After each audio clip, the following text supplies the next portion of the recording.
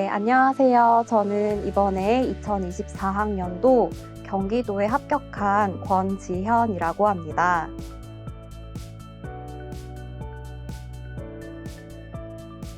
네, 저는 대학교를 졸업한 이후에 3년 동안 직강을 들으면서 노량진에서 공부했습니다.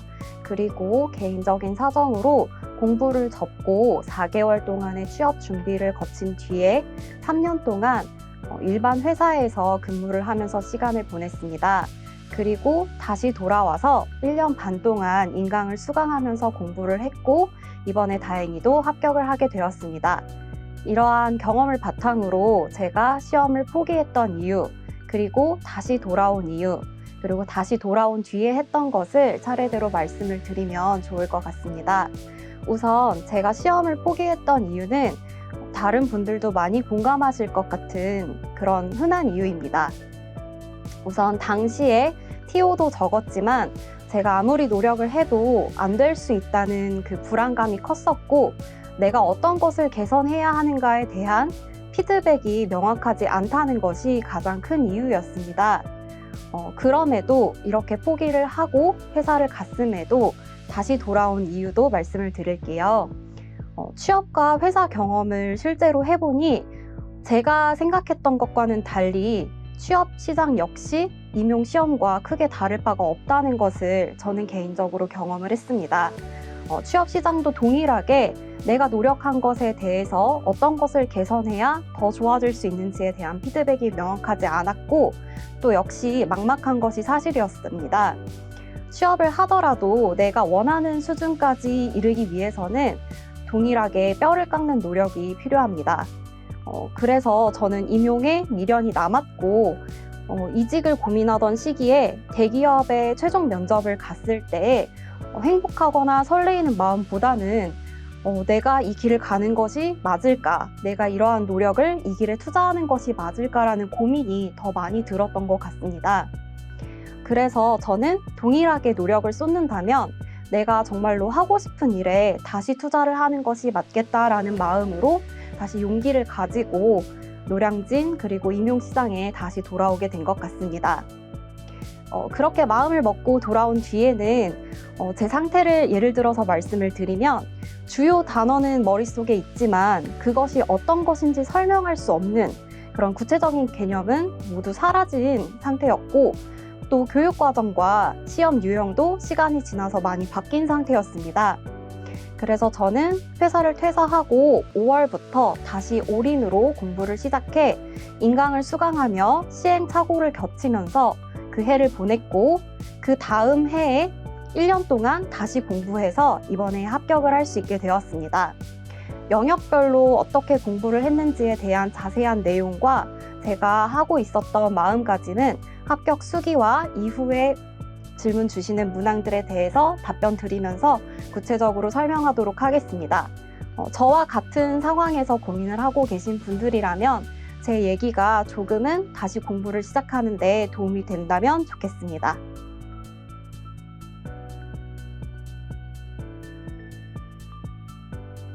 네, 제가 앞서서 회사를 다닌 경험이 있다고 말씀드렸는데 저는 회사를 다니면서 결혼을 하게 되었습니다. 그리고 결혼을 하게 되면서 많은 환경이 변화가 되었고 그런 환경에 적응을 하면서 공부를 하는 것이 사실 쉽지는 않았습니다. 양가 어른들이나 저의 배우자와 같은 가족들이 저를 배려를 해주시지 않은 것은 아니나 피할 수 없는 행사들은 분명히 있었습니다. 여러분도 생각하시는 것처럼 명절이나 양가에서 진행하는 가족들과 관련된 일정에서는 그것을 굳이 공부를 한다고 해서 참여하지 않을 수 있는 상황은 아니었습니다. 저는 이러한 상황에서 괜히 그러한 행사에 참여하지 않겠다고 해서 갈등을 만드는 것보다는 수용할 수 있는 일정들은 수용하되 제가 공부를 놓치지 않고 큰 구멍을 만들지 않기 위해서 스터디를 적극적으로 활용했습니다. 그래서 밀리지 않는 것을 가장 최우선 순위로 두고 인강 수강하는 것 그리고 복습하는 것을 놓치지 않고 꾸준히 해나갈 수 있도록 노력한 것 같습니다. 구체적으로 스터디를 했던 방법에 대해서도 말씀을 드리겠습니다. 우선 저는 정동혜 선생님의 강의를 1년 동안 커리큘럼을 저와 동일하게 수강하는 사람들과 함께 스터디를 꾸렸습니다. 구체적으로 밴드 스터디를 구성을 했고 1월부터 한판 복습 인증, 그리고 수능 문제집 풀이 인증, 문학 출제 요소 인증과 같이 직강에서 하시는 것과 거의 유사한 형태로 인증 스터디를 진행을 했습니다. 그리고 문제를 푸는 연습을 실제적으로 하기 위해서 기출문제 답안 연습, 그리고 7, 8월 문풀이나 모의고사 역시 답안지를 작성하고 그것을 찍어서 인증하는 형식으로 답안풀이 연습도 놓치지 않게 하기 위해서 스터디원들과 함께 인증하면서 열심히 노력했던 것 같습니다. 또 파이널 때에는 직관과 동일하게 실제 시험 시간에 맞추어서 함께 화상 프로그램이나 시간이 나오는 사진 어플을 통해서 실제 시험 시간에 맞게 문제를 풀고 쉬는 시간도 동일하게 가지는 실전 연습을 꾸준히 했던 것 같습니다. 또한 공부 시간의 관리가 안 된다고 느낄 때에는 구루미와 같은 화상 스터디에 참여하거나 공부 시간을 타이머로 찍어서 인증하는 스터디도 진행했습니다. 그리고 아무래도 각종 집안 행사와 또 집안일을 함께 하는 환경이었다 보니 저는 자투리 시간을 활용하려고 많이 노력했던 것 같습니다. 꼭 암기가 필요하지만 잘 외워지지 않는 내용들이 다들 있으실 것 같아요. 저는 그런 내용들을 구조도나 제가 정리한 것 또는 한 판의 내용을 사진으로 찍어서 길을 다니거나 병원을 가거나 미용실을 가는 등의 자투리 시간을 활용해서 그 틈을 타서 꾸준히 보면서 그 내용을 암기하려고 노력했습니다. 오히려 책상에 앉아서 계속적으로 외우는 것보다 그렇게 길을 다니면서 반복해서 보는 것이 그런 부분에 있어서는 오히려 암기에 좀 더 효과적이었던 것 같다고 느낄 수 있었어요. 그리고 이렇게 시간을 알차게 활용하려고 노력을 하다 보니 오히려 공부하다가 머리가 아플 때 집안일을 하는 것이 가끔씩은 환기가 되기도 했습니다. 여러한 상황에 처해 있으신 분들이 많겠지만 이렇게 다른 일과 병행을 해야 할 때, 그리고 모든 것을 공부에 투자하기 어려운 상황에 계신 분들이라면 피할 수 없는 것은 너무 스트레스 받지 마시고 일정 부분 수용하되 차선택으로 내가 더 쓸 수 있는 시간을 확보하시는 것을 추천을 드립니다.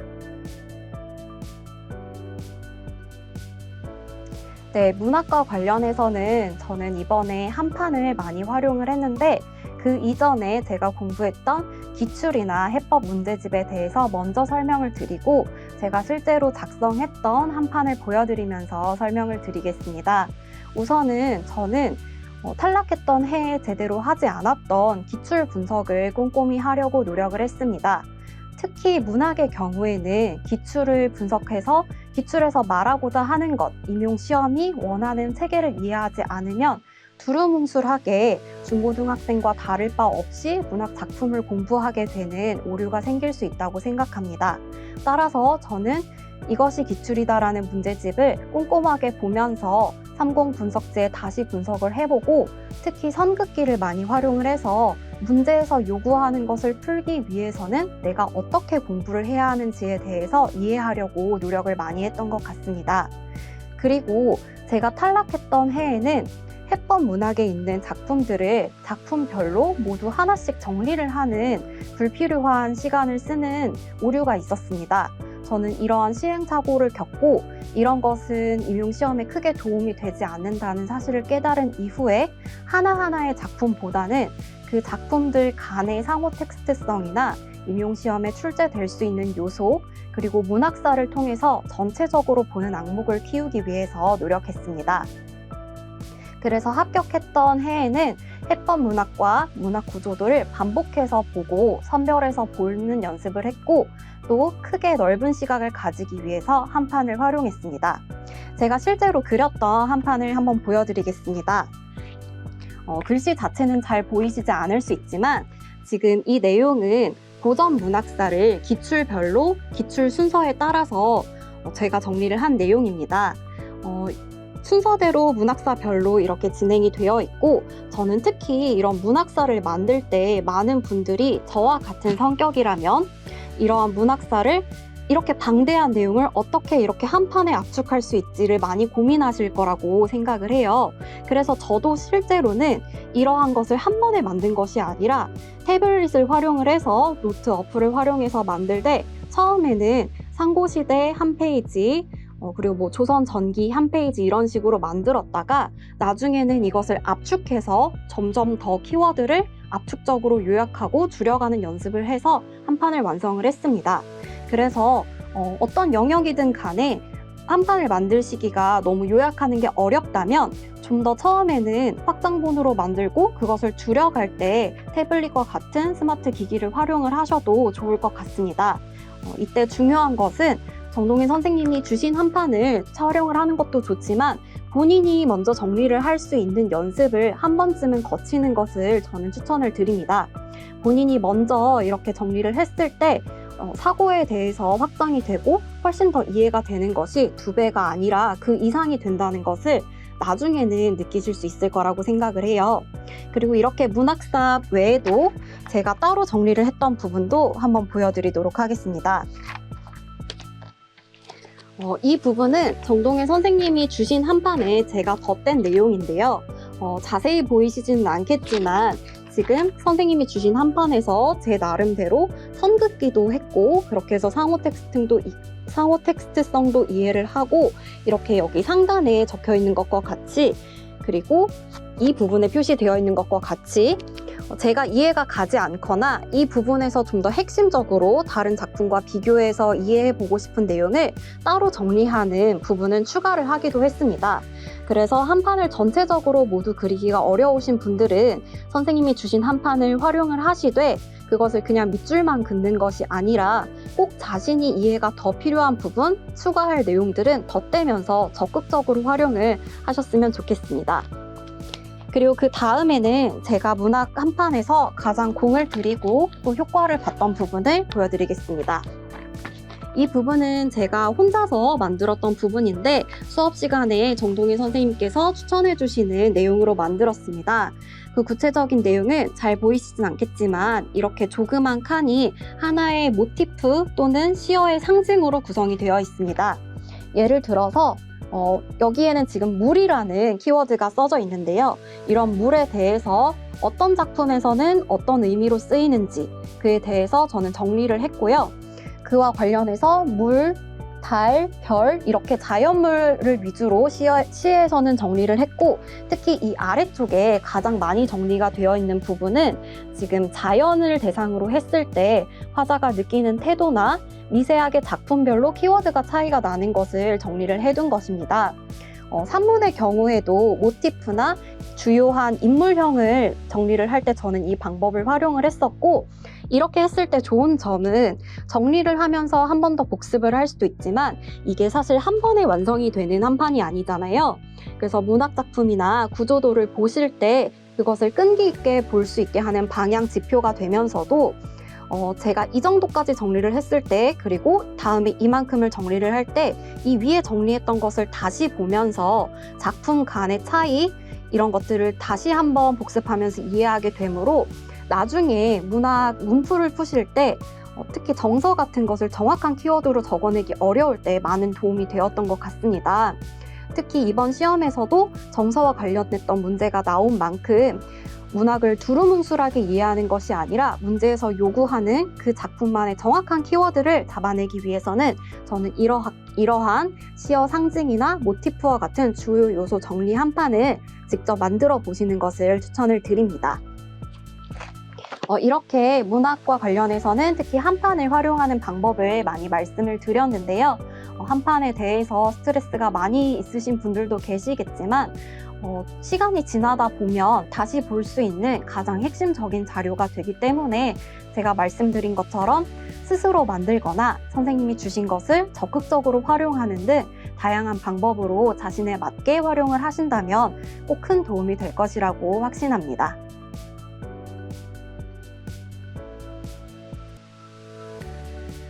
네, 2차 대비 방법에 대해서 또 차례대로 말씀을 드리도록 하겠습니다. 경기도의 경우 2차 시험이 수업 실연, 그리고 수업 나눔, 그리고 면접으로 크게 3가지로 나뉘게 됩니다. 이때 비율은 30대, 30대 40으로 중요하지 않은 영역이 하나도 없다고 말씀을 드릴 수 있는데요. 그와 관련해서 제가 1차 발표 전에 각 영역에 대해서 준비했던 것, 그리고 1차 발표 후에 다시 한번 준비를 했던 것에 대해서 말씀을 드리도록 하겠습니다. 우선 첫 번째로 수업에 대해서 말씀을 드리도록 하겠습니다. 저는 1차 발표 전에는 저희 1차 시험이 끝난 이후에 일주일 뒤에 시작이 되는 정동일 선생님의 2차 특강에 참여를 했고요.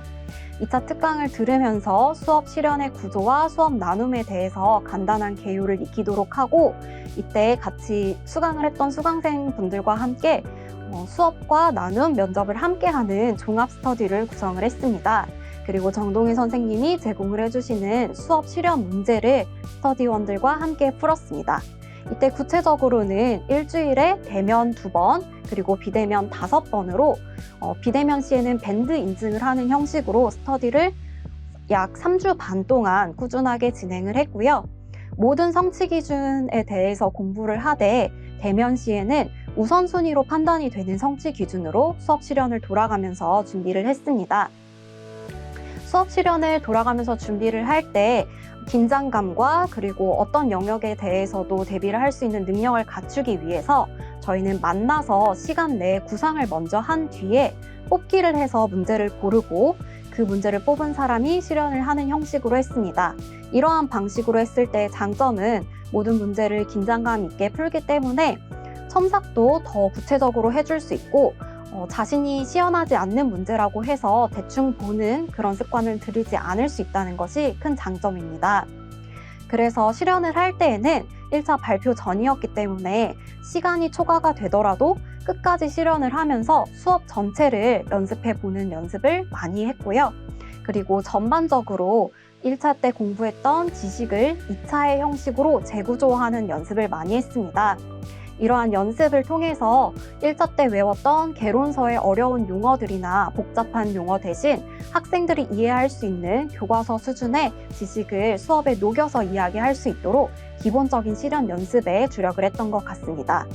그리고 1차 발표가 난 뒤에는 1차 합격자 모임에 참석을 해서 다시 한번 스터디를 구성했습니다. 이때에는 일주일에 대면 2번, 그리고 나머지 비대면 시간을 활용해서 우선순위 중에 최우선의 성취 기준을 2차 수업 실현 순식간에 정복하기라는 책을 바탕으로 수업 실현을 연습을 할 수 있도록 했고, 비대면 시에는 자신이 구상한 구상지를 찍어서 밴드 인증하는 방식으로 해서 최대한 많은 성취 기준을 연습할 수 있도록 했습니다. 이때에는 1차 발표 전과는 달리 시간 조절을 하고 디테일을 잡는 연습을 주력해서 했었고, 특히 정동일 선생님께서 제공을 해주신 합격자 피드백이 유용하게 활용할 수 있었다고 생각합니다.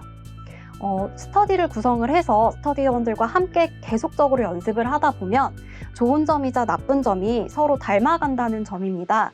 저희는 이제 실제로도 장점도 닮아가고 단점도 닮아가고 있는 중이었는데, 그때 합격자 피드백을 통해서 새로운 시각으로 좀 더 현실적인 피드백을 받음을 통해서 계속적으로 스터디가 우물한 개구리로 향하는 방향에 대해서 제지를 할 수 있었던 것 같습니다. 그래서 여러분도 1차에 합격하시고 나면 정동일 선생님께서 제공을 해주시는 현직 피드백을 꼭 받아보시는 것을 추천을 드립니다.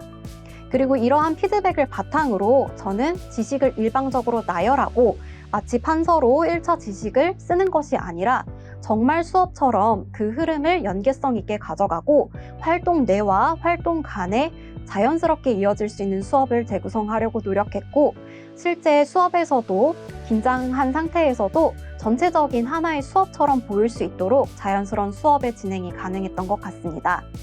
다음으로 나눔에 대해서 말씀드리겠습니다. 경기도의 특징인 수업 나눔에 대해서 많이 부담스러우신 분들이 많을 거라고 생각합니다. 저도 그랬지만 수업 나눔을 꼭 나눔 한 가지로만 영역이 분리된다고 생각하지 않고 수업 또는 면접과 연계해서 함께 공부할 수 있는 영역이라고 생각하시면 조금 부담이 줄어들 수 있을 것 같습니다. 실제로 저는 1차 합격 발표 전에는 대면 2번을 만날 때 2문제씩 다른 스터디원들이 출제한 문제를 면접 레시피라는 책을 바탕으로 연습을 했고요. 또 수업과 연계해서 말하고 거꾸로 할 말을 수업에 반영하려고 노력을 했습니다. 제가 왜 면접 레시피를 언급을 했냐면 면접 레시피와 같은 수업과 면접에 관련된 책에도 나눔에 녹일 수 있는 경기도의 주요한 시책 방향이나 우리가 외워야 하는 요소들이 많이 있습니다. 그래서 이론적인 지식은 면접과 함께 공부를 하시는 것을 추천을 드립니다.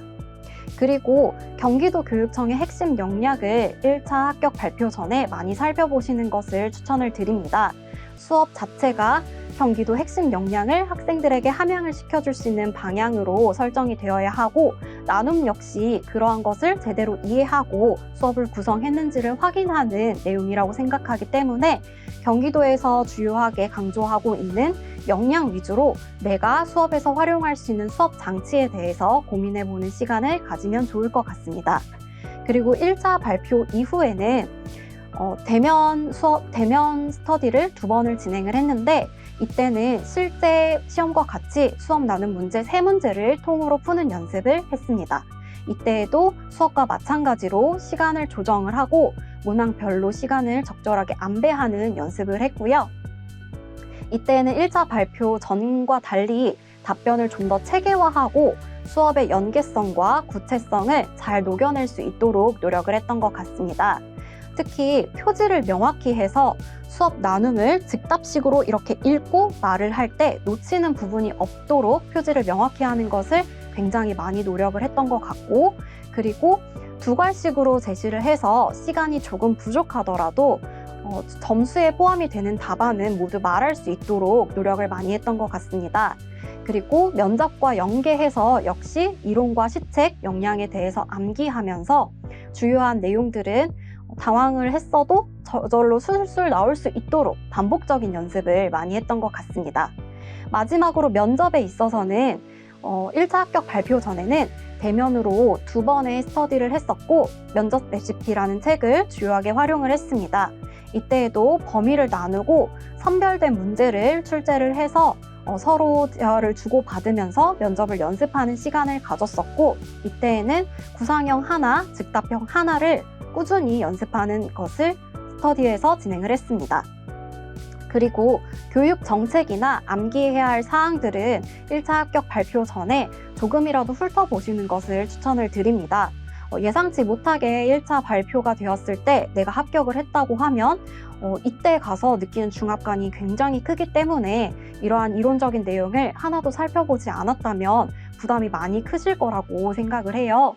그래서 발표 전이라도 조금은 이론에 관련된 내용을 읽어보시는 것을 추천을 드리고, 이때 제가 많이 활용을 했던 것은 행복한 교육이라는 간행물이나 그리고 시책과 관련된 기사들이었습니다. 이러한 내용을 통해서 경기도 시책의 딱딱한 내용을 실제 사례로 조금 더 자연스럽게 내면화하고 구체적인 이해가 가능할 수 있도록 노력을 많이 했던 것 같습니다. 그리고 1차 발표 후에는 본격적으로 대면으로 2번의 연습을 하면서 수업을 안 하는 날에 면접을 좀 더 중점적으로 많이 연습을 했던 것 같습니다. 특히 이때도 시간 안배에 많은 노력을 기울였고 특히 즉답형에서 체계화해서 2괄식으로 말하는 연습을 많이 했습니다. 그리고 경험이나 구체적인 사례를 녹여서 개성적인 답안을 인상적으로 말하는 연습을 많이 했었고 또 마지막 후반 스터디 때에는 태도적인 측면으로 시선이라든지 비언어적인 표현 그리고 이러한 고갯짓과 같은 이러한 세밀한 부분까지 실전처럼 연습을 많이 했던 것 같습니다. 종합적으로 정리를 해서 말씀을 드리자면 1차 합격 발표 전에는 내가 꼭 합격을 할 것이다라는 생각을 바탕으로 조금씩은 준비를 많이 해두는 것을 추천을 드립니다. 특히 이때 교사관이나 교육관을 정립을 해두어야 1차 발표 후에 너무 당황하거나 중압감을 많이 느끼지 않으실 수 있고요. 전반적으로 수업과 나눔 면접이 모두 말하는 시험이기 때문에 말하는 연습을 반드시 많이 하셨으면 좋겠습니다. 저는 이때 네이버 클로바라는 어플을 통해서 제가 즉답형 때 말했던 것을 실제로는 다시 기억을 하지 못하지만 그 클로바에 기록된 내용을 스크립트로 보면서 다시 복기를 하고 제 답안을 수정해보는 연습을 할 수 있었어요.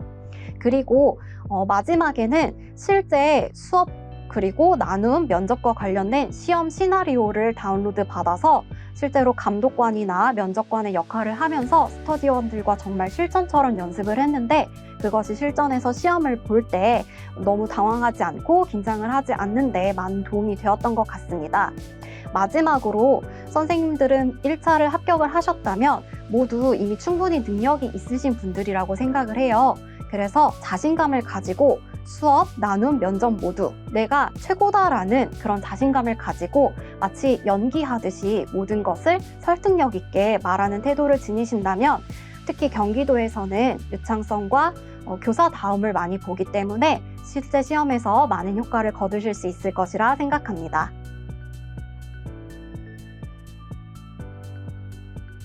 네, 마지막으로 드리고 싶은 말씀드리겠습니다. 우선은 정동희 선생님께 감사하다는 말씀을 드리고 싶습니다. 제가 앞서 말씀드린 것처럼 저는 총 수험 기간은 회사 생활을 했던 것을 포함해서 약 9년이라는 굉장히 긴 시간이 걸렸습니다. 그런 오랜 기간 동안 항상 믿어주시고 제가 다시 임용시장에 돌아왔을 때에도 반갑게 맞아주셔서 정말 저는 감사하고 든든했습니다. 또 이것은 개인적인 생각이지만 선생님께서 항상 안주하지 않기 위해서 꾸준히 노력하고 매년 더 애쓰시는 모습이 저에겐 수험 생활에 있어서 선생님만큼만 열심히 살면 합격할 수 있겠다 이런 지표가 되는 모범이 되었던 것 같습니다. 그래서 너무 힘들고 하기 싫을 때에도 다시 책상에 앉을 수 있는 강력한 힘이 되어주셨던 것 같아서 그 부분에 대해서 정말 많은 감사를 드리고 싶습니다. 그리고 수강생 분들께는 아마도 다양한 상황에서 각자 큰 어려움을 겪고 계실 거라고 생각합니다. 저와 같이 아예 관련이 없는 다른 일을 하셨거나 하고 있거나 또 결혼을 했거나 아이가 있으시거나 아니면 이제 다시 공부를 시작을 했거나 이제 공부를 처음 시작을 해서 아직 익숙치 않거나 또 학교 일을 병행하거나 이렇게 다양한 각자의 어려움이 있을 거라고 생각합니다. 이러한 어려움을 겪으면서도 다시 공부를 하시는 여러분을 저는 경험을 했기 때문에 너무나도 존경하고 이해를 합니다. 저는 개인적으로 다시 공부를 시작할 때 이러한 합격 수기와 영상이 마음을 다잡고 또 시험의 흐름을 파악하는 데 있어서 많은 도움과 용기가 되었습니다. 그래서 부족하지만 제가 말씀드린 것들이 여러분의 수험 생활에도 조금의 도움이 될 수 있다면 정말 기쁠 것 같습니다.